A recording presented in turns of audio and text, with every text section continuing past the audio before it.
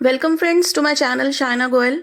दोस्तों आज हम B.ed सेमेस्टर 1 का बहुत ही इंपॉर्टेंट टॉपिक करने वाले हैं, that is पैडागॉजिकल analysis, it's meaning, it's need, उसके जो स्टेप्स होते हैं, ठीक है, सारी डिटेल में हम अच्छे से पढ़ने वाले हैं। तो वीडियो को एंड तक जरूर देखिए और चैनल को सब्सक्राइब कर लें, साथ ही में क्लिक कर दे बेल आइकन पर ताकि मेरे आने वाली वीडियोस की नोटिफिकेशन आपको मिलती रहे।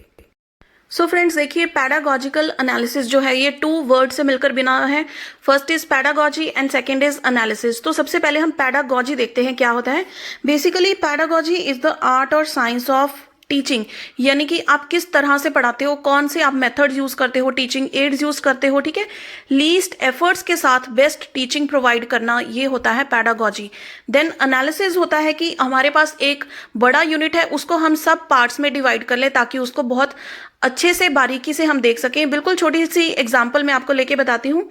स्कूल में हमने वाटर की एग्जांपल की थी, जैसे H2O मीन्स वाटर, यानी कि अगर हम उसको एनालिसिस उसको ब्रेक डाउन करें तो 2 atoms of hydrogen plus 1 atom of oxygen मिलकर क्या बनाता है, एक वाटर का मॉलिक्यूल, ठीक है। तो वो जो ब्रेक डाउन हमने किया उसी को बोलते हैं एनालिसिस। हमारे देखिए जो यूनिट्स होती हैं, हमारी जो बुक होती है उसमें इतने सारे चैप्टर्स होते हैं, इतने सारे जो सब टॉपिक्स होते हैं, उनको हम प्रॉपरली डिवाइड करते हैं ताकि हम बच्चों को अच्छे से कंसेप्ट जो है समझा सकें। तो जैसे कि आप डायग्राम में देख सकते हैं, पैडागॉजिकल एनालिसिस का जो आउटपुट होता है, आउटकम होता है, वो क्या होता है, systematic and effective teaching learning process. Fine. अब देखिए, टीचिंग करनी इजी है, लेकिन टीचिंग को इफेक्टिव कैसे बनाया जाता है कि आपने जो इंस्ट्रक्शंस देनी है बच्चों को, जिस तरह से आप पढ़ा रहे हो, कौन से मेथड आप यूज कर रहे हो, आप लेक्चर मेथड से पढ़ा रहे हो बच्चों को, डेमोन्स्ट्रेशन देकर पढ़ा रहे हो, ठीक है, तो आप कोई प्रेजेंटेशन शो कर रहे हो और आपका कंटेंट कितना अच्छा है, क्या आप अच्छे से एग्जाम्पल्स दे रहे हो बच्चों को, क्वेश्चनिंग हो रही है क्लास में, सारी चीजें बहुत इंटर रिलेटेड होती हैं और इसी पर डिपेंड करती है इफेक्टिव टीचिंग। साथ ही में कि आप इवेल्युएशन कैसे कर रहे हो, आप कोई क्विज करवा रहे हो, रिटन टेस्ट हो रहा है, ठीक है, या फिर कोई और टेक्निक यूज कर रहे हो, तो इसी से होती है इफेक्टिव टीचिंग। अब हम देखते हैं द स्टेप्स ऑफ पैडागॉजिकल एनालिसिस। तो सबसे पहला स्टेप होता है अपने कंटेंट को डिवाइड करना कि हमने कितने पीरियड्स में उस जो सपोज हमने एक चैप्टर उठा लिया, तो एक चैप्टर में जितने सारे सब पार्ट्स हम बनाते हैं, एक पीरियड में हमने कितनी यूनिट टीच करनी है बच्चों को, ठीक है, तो उसको हमने सबसे पहले डिवाइड कर लिया। Then briefly write the essence of content of the selected sub unit की, जो चीजें हम बच्चों को उसमें पढ़ाने वाले हैं, जो भी क्लास में बोलेंगे, वो सारा कुछ हमने लिख लेना है अलग से। देन प्रीवियस नॉलेज टेस्ट करनी होती है बच्चों की कि जितना जो भी चीज हम पढ़ाने वाले हैं तो उसके रिलेटेड बच्चों को पहले से कितना पता है, वो चीज भी हम लिख कर रखते हैं।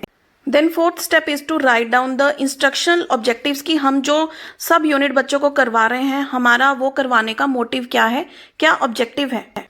Then step number 5 is very important कि आप टीचिंग स्ट्रैटेजीज कौन सी यूज कर रहे हो टीच करने के लिए। सबसे पहले कि आप कौन सा मेथड यूज कर रहे हो, बच्चों को ब्लैक बोर्ड पर पढ़ा रहे हो, आप लेक्चर देकर पढ़ा रहे हो, ठीक है, कोई डेमोन्स्ट्रेशन देकर पढ़ा रहे हो, प्रोजेक्ट असाइन कर पढ़ा रहे हो, ठीक है, और फिर आप टीचिंग एड्स कौन सी यूज कर रहे हो, क्या आप किसी चार्ट की हेल्प ले रहे हो, कोई मॉडल शो कर रहे हो बच्चों को, तो ये सारी चीजें क्या आती है टीचिंग स्ट्रैटेजीज के अंदर।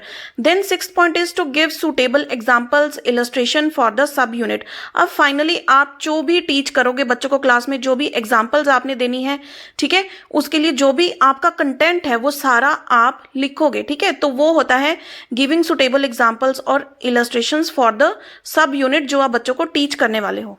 And the final step is to prepare a table of specification for the sub unit. Now next is the pillars of teaching. इसको आप या तो पिलर्स ऑफ टीचिंग कह लीजिए, या फिर ये जो मेन 4 कंपोनेंट्स होते हैं पैडागॉजिकल एनालिसिस के, ठीक है, जिसको एक साइकिल में टीचर्स को गो थ्रू होना पड़ता है बिफोर गोइंग फॉर टीचिंग। अब हम इसको 1 बाय 1 देख लेते हैं कि ये पिलर्स क्या हैं। So the first one is content analysis. Content means the subject matter of any subject, and analysis means breaking down complex units into smaller subunits or subtopics. For example, अगर आप बच्चों को एरिया का topic पढ़ाना चाहते हैं, ठीक है, तो आप पहले बताएंगे भी किसी भी शेप का जो एरिया है, कोई ज्योमेट्रिकल फिगर है, उसका एरिया कैसे निकालते हैं, ठीक है, क्या होता है एरिया, उसके यूनिट्स क्या होती हैं। फिर आप देखेंगे कि आप किस शेप का एरिया उनको बताना चाहते हैं, आप स्क्वायर का बताना चाहते हैं, पैरेललोग्राम का, ठीक है, तो पहले आप उस पिक्चर को आइडेंटिफाई करवाएंगे बच्चों को कि ये स्क्वायर होता है, ठीक है, ये पैरेललोग्राम है, तो इसका एरिया क्या होगा, तो ठीक है, ये सब होता है कंटेंट एनालिसिस में। Now second is objectives formulation या फिर इंस्ट्रक्शनल ऑब्जेक्टिव्स, ठीक है। तो इसमें क्या होता है कि आप बेसिकली जो कंसेप्ट है, जो आप सब टॉपिक बच्चों को पढ़ाना चाहते हैं, उसका मीनिंग एक्सप्लेन करें, उसका सिग्निफिकेंस बताएं, फिर कोई रिलेटिव जो एग्जांपल्स हैं उसके रिलेटेड वो बच्चों को समझाएं, ताकि जो बेसिक कंसेप्ट आप पढ़ाना चाहते हो वो उनका बेस बिल्कुल क्लियर हो जाए। फिर उसके साथ ही कुछ सम्स आप खुद से सॉल्व करके दिखाओ और कुछ बच्चों को दो कि वो खुद से सॉल्व करें। Then third is the selection of teaching learning methods, जो टेक्निक्स आप यूज करते हैं, ठीक है।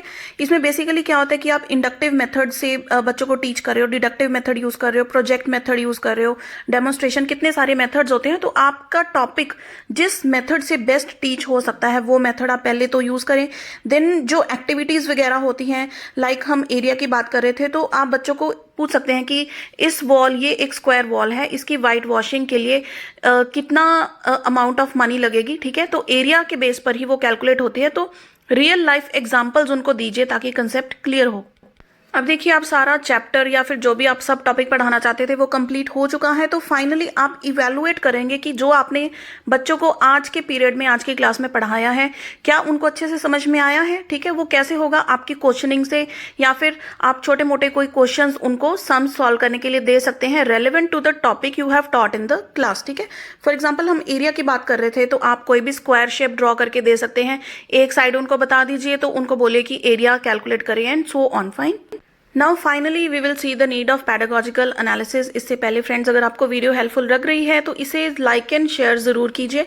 तो चलिए, नीड में देखिए, सबसे जो बेसिक नीड है पैडागोजिकल एनालिसिस की, that is to create effective teaching, ठीक है। टीचिंग इतनी इफेक्टिव हो कि हम जो लर्निंग आउटकम चाहते हैं बच्चों से, यानी कि उनके जो एक्सपेक्टेड बिहेवियरल चेंज हो वो आ सके, ठीक है। तो यही बेसिक जो सबसे पहला नीड है और इंपॉर्टेंस भी है पैडागोजिकल एनालिसिस की।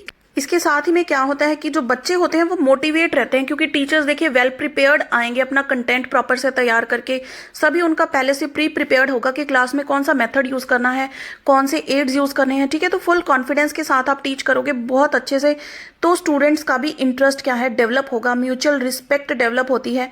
फाइन। क्लासरूम में इंट्रैक्शन अच्छी होती है, क्वेश्चनिंग, आंसरिंग टीचर्स और स्टूडेंट्स के बीच में। देन जो हमारा करिकुलम होता है और हमारा जो सिलेबस होता है वो भी टाइम पर कंप्लीट होता है। इसके अलावा अगर कोई पॉइंट आपके माइंड में है तो आप मुझे कमेंट करके जरूर बताइएगा। और यहाँ पर हमारा जो टॉपिक है वो कंप्लीट होता है। चलिए मिलते हैं फ्रेंड्स अगली वीडियो में। Till then keep watching.